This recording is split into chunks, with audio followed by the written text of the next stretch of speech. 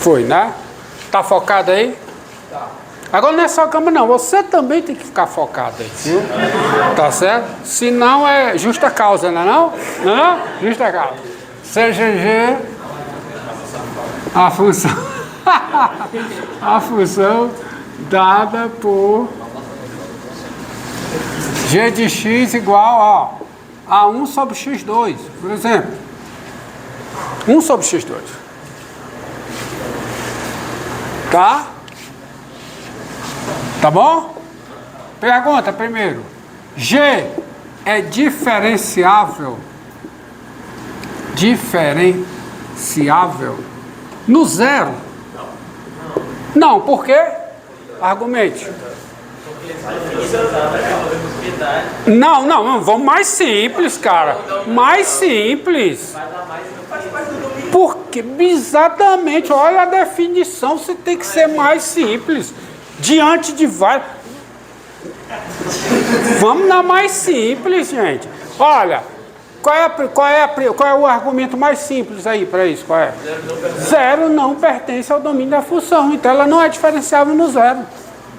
Que diabo de mais infinita aqui, rapaz? Tu tá complicando uma coisa tão simples, tá? Não. Por que não? Pois zero não pertence ao domínio da G. Pronto. Então ela não é diferenciável no zero, por isso. Já morreu aqui, ó. Tá? Agora, segundo. E pega os outros pontos. Que são os pontos do domínio. Dado P diferente de zero, vamos ver.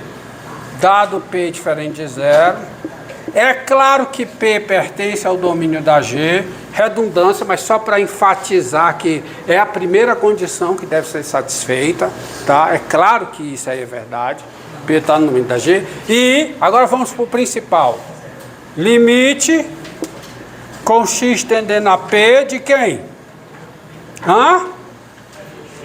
G de x menos o quê? G de P sobre quem? X menos P. Vamos ver quanto é que dá esse limite. Será que dá um número real com P diferente de zero? Vejamos. Isso aqui é o limite com x tendendo a P de quê? 1 sobre x2 menos 1 sobre P2, porque estou calculando f de x, o x é diferente de zero, né? Sobre quem? X menos P. Isso é igual a quê? Isso é igual ao limite com x tendendo a P. Tira o denominador comum aqui, fica quanto? Professor, isso aí não é só a diferença dos quadrados? Quê? Diferença dos quadrados, é que é 1 sobre x. Mas vamos usar ela mais simples. Você quer usar logo aqui? Diferença dos quadrados. Diferença dos quadrados? Pode. Mas por que você não faz isso? Ó? Tá? Pega aqui, ó, tira o denominador comum. Qual é o denominador comum? Qual é? x2, P2. E aqui em cima fica, portanto, o quê? Quadrado. E aqui, x menos P. Continua em determinação, certo? Mas aí eu posso escrever isso aqui como sendo limite com x tendendo a P de quem? Essa divisão fica como? Fica P2 menos x2. Vamos com calma. P2 menos x2 sobre o quê? P2 vezes 4? Vezes x menos P. Não, vezes x menos P não. Vezes 1 sobre x menos P. Pronto. Tá certo? Aí agora.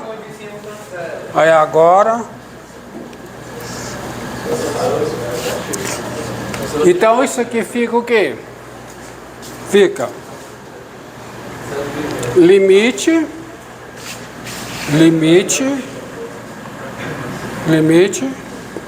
com x tendendo a P de quem? Aí eu vou pegar, né? Eu vou pegar e escrever como sendo o quê? P menos X, né? P menos X, vezes 4. P mais X, sobre 4, sobre X2P2, ou X menos P, vezes 4, 2P2. Não é isso? Agora, ó, observe uma coisa, ó. Esse P menos X cancela com X menos P, fica menos 1. Né? Divisão, então isso aqui fica o limite, com X tendendo a P, de menos o quê? P mais X sobre 4, X2P2. Agora dá para calcular o limite? Dá. Isso aqui dá quanto? Dá menos, limite com X tendendo a P. O P é constante, tá? Dá quanto? Dá 2P sobre P4. E quanto é que dá isso? Dá menos 2 sobre P3. Que é o número real.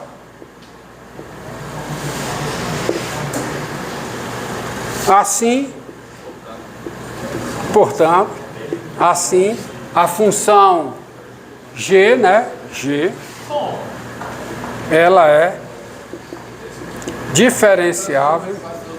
Desse 2P para 4, P4. Porque X tudo é P. X era P. Ah, não, tá, negativo. Tá. Assim, G é diferenciável em P. Tá? Assim, G é diferenciável em P. Ou seja, a função G, você tem um exemplo aqui de uma função que é diferenciável em todos os pontos do seu domínio. Tá? Com exceção do zero. Ah? É um exemplo. Com exceção do zero, macho. O zero está no domínio. O que eu falei? Eu falei. A função G é diferenciável em todos os pontos do seu domínio. Morreu. Só para reagir. Né? Morreu, não tem que mencionar o zero. O zero não pertence ao domínio. Tá? Ela não é diferenciável em todos os números reais. Isso é fato. Tá? Isso é fato. Aí você poderia dizer o seguinte: ela é diferenciável em todos os números reais, com exceção do zero. Aí está correto. E está correto dizer, ela é diferenciável em todos os pontos do seu domínio. Aí não tem exceção. Quanto tempo aí, garoto? 8. Ah, beleza. Isso dá para saber. A gente ganha por isso dela ser diferenciado todos os pontos do domínio. Ah, tanta... É que ela é diferenciável. Tá? Ela é diferenciável, é que se diz, né? Ela é diferenciável em todos os pontos. Mas vamos mais um exemplo. Mas antes de um exemplo, a minha proposição preferida do limite, qual é? Se duas funções coincidem numa vizinhança aberta e estrita de um ponto, e uma delas tem limite nesse ponto, a outra também tem, os limites são iguais. Olha aí, viu? Aí eu vou botar uma proposição aqui que é muito útil para você trabalhar a diferenciabilidade numa função que é definida por partes. Por partes, como um módulo. Tá? Como um módulo. Tá? Então, veja aqui, ó. Vou colocar aqui.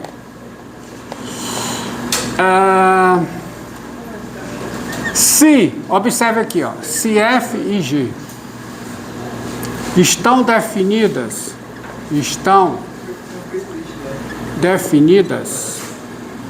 e coincidem, elas são iguais.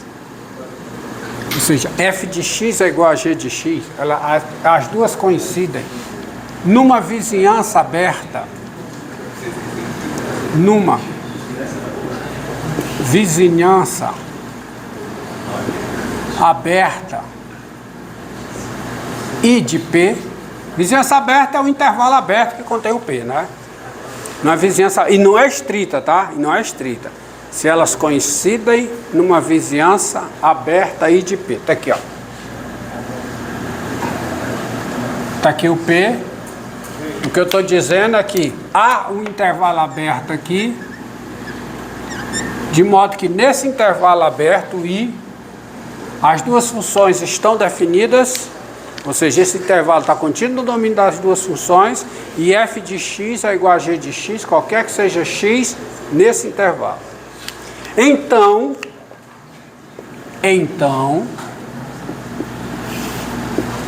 as funções f grande e g grande, dadas por f grande de x igual f de x menos f de p, p está fixo, sobre x menos p, essas duas funções, duas, porque tem a g grande, e a g grande igual a g de x menos g de p, sobre x menos p. Essas duas funções, elas coincidem na vizinhança aberta e estrita I menos P de P.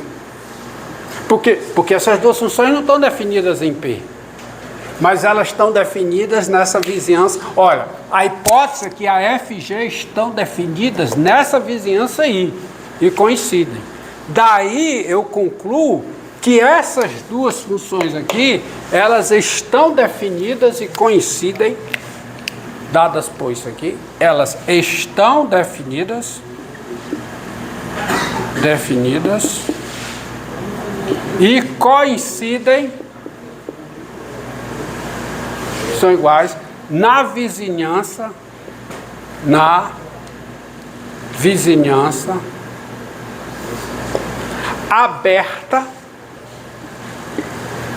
aberta e estrita de P. Na vizinhança aberta e estrita, a vizinhança aberta e estrita é essa daqui, ó.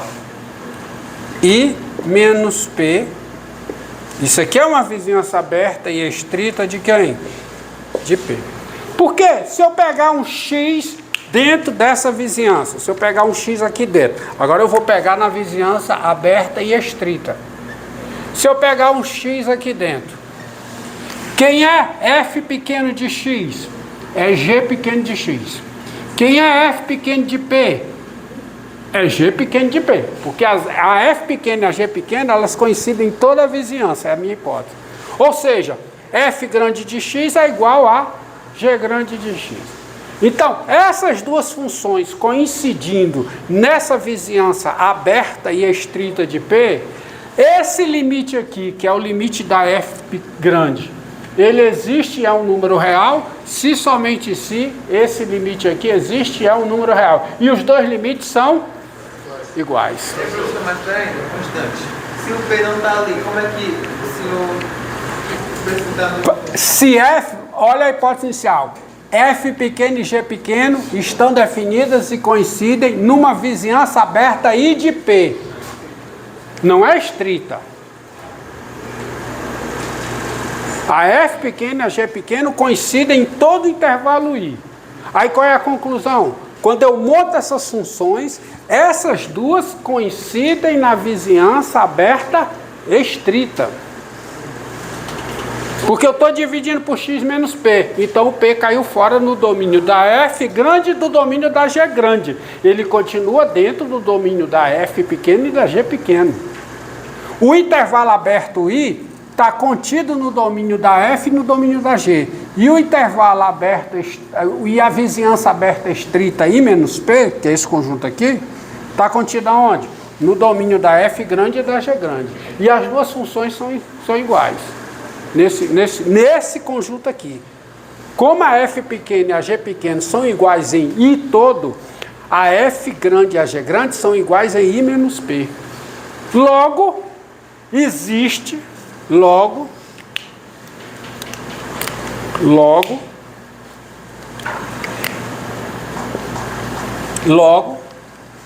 existe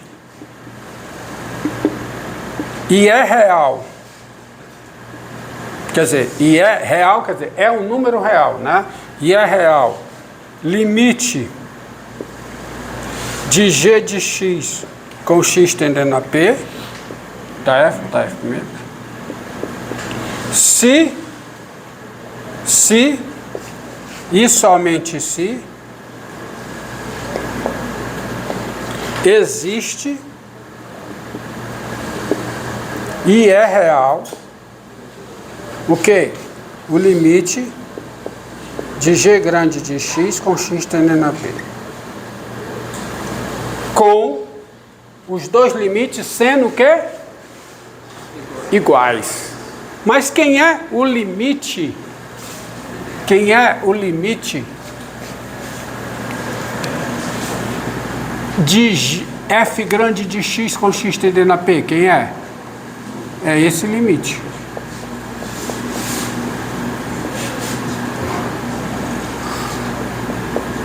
E quem é o outro limite? Quem é? É o limite com x tendendo a P, g de x sobre x menos P. Ou seja, se você tem essa hipótese aqui, a f pequeno é diferenciável em P, se e somente se a g pequeno também é diferenciável em P. Ou seja, se duas funções coincidem numa vizinhança aberta de um ponto P, uma é diferenciável em P, se e somente se a outra também é. Tá? E esses limites são o quê? São iguais. É isso que está dizendo isso aqui. Se duas funções se duas funções estão definidas e coincidem numa vizinhança aberta, não tem negócio de estrita não, viu? Se duas funções estão definidas e coincidem numa vizinhança aberta de um ponto P, então, se uma delas é diferenciável em P, a outra também é. E esses limites são iguais. Moral da história: se duas funções coincidem no intervalo aberto e uma delas é diferenciável em todos os pontos desse intervalo aberto, a outra também é diferenciável em todos os pontos desse intervalo aberto. Onde é que isso é útil? Como eu disse, isso é útil para você tratar da diferenciabilidade numa função definida por partes. E vamos para a função módulo agora. Quanto tempo aí, meu garoto? Quanto tempo aí, rapaz? Essa